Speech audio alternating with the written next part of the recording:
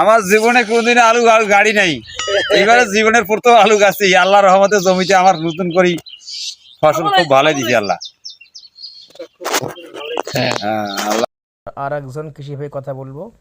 আল্লাহ রহমত, আমি 1 বিঘার মাটি লাগাছি, প্রথম বীজ এবার নিয়ে লাগাছি।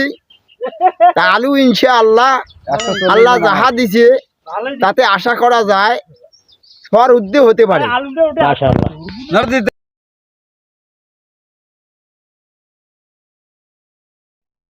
সম্মানিত দর্শক, আজকে আমাদের কৃষি আলু চাষি ভাইরা কিছু কথা বললো।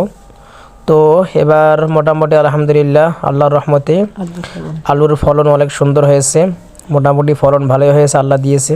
তো আজকের ভিডিওটা ভালো লাগলে সকলে লাইক কমেন্ট শেয়ার করে দিবেন, আমাদের পেজটা ফলো করে দিবেন। ভালো ভালো ভিডিও পাওয়ার জন্য কমেন্ট করবেন। তো শীঘ্র